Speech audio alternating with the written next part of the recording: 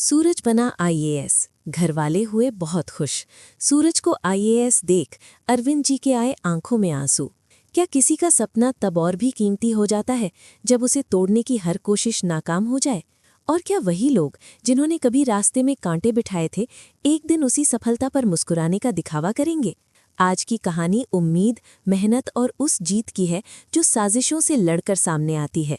कहानी की शुरुआत होती है एक ऐसे पल से जिसका इंतजार पूरे घर ने बरसों से किया था। सूरज अब आईएएस बन चुका है। उसके कंधों पर जिम्मेदारी की वर्दी है और आंखों में वही पुराना सपना जो आज हकीकत बन चुका है। घर का माहौल खुशी से भर जाता है। ताई माँ की आंखों में आंसू हैं। अरविंद जी सूरज को देखते ही भावुक हो जाते हैं। उनकी आंखों से आंसू अपने आप बहने लगते हैं। वो कांपती आवाज में बस इतना कहते हैं, मेरा बेटा आज सच में अफसर बन गया। लेकिन इस खुशी के बीच भी एक सच्चाई है। ये जीत आसानी से नहीं मिली। इसके पीछे साजिशें थीं, चालें थीं और सबसे बड़ा नाम था गुलाब सिंह। जी हाँ दोस्तों, आने वाले एपिसोड में एक चौंकाने वाला मोड़ देखने को मिलेगा।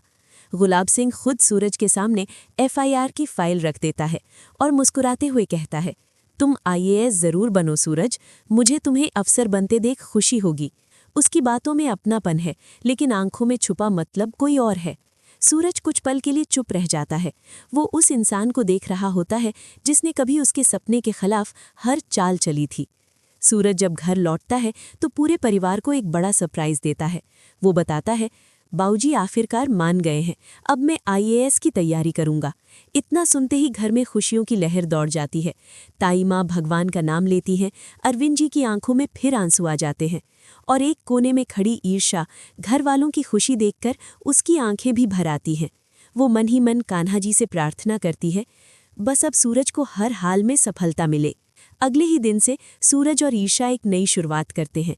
दोनों मिलकर पढ़ाई का पूरा प्लान बनाते हैं। सूरज कहता है, ईर्ष्या जी, अब हम पूरा हफ्ता पढ़ाई करेंगे और एक दिन सिर्फ रिवीजन देंगे।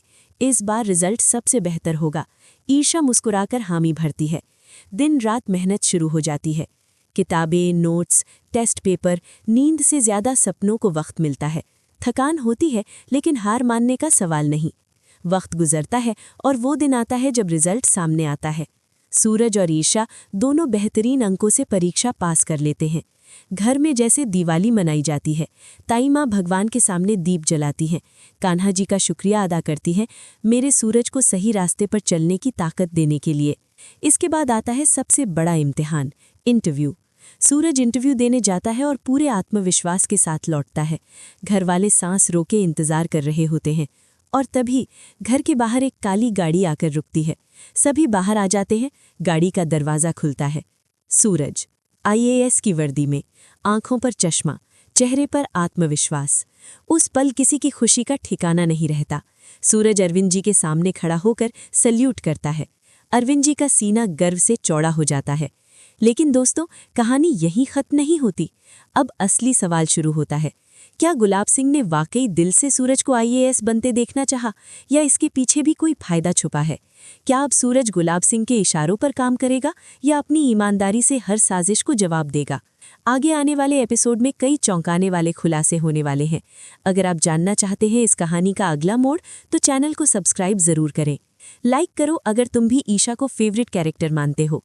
कमेंट करो क्वीन ईशा अगर तुम्हें भी उसका रोल स्ट्रॉन्ग लगा। ईशा याद दिलाती है कि सच और हिम्मत कभी हारते नहीं। अग्री करते हो? सूरज लक से आईएएस बना या ईशा की वजह से? बताओ। अगर ईशा जैसी पार्टनर मिले तो लाइफ सेट हो जाए, यस और नो?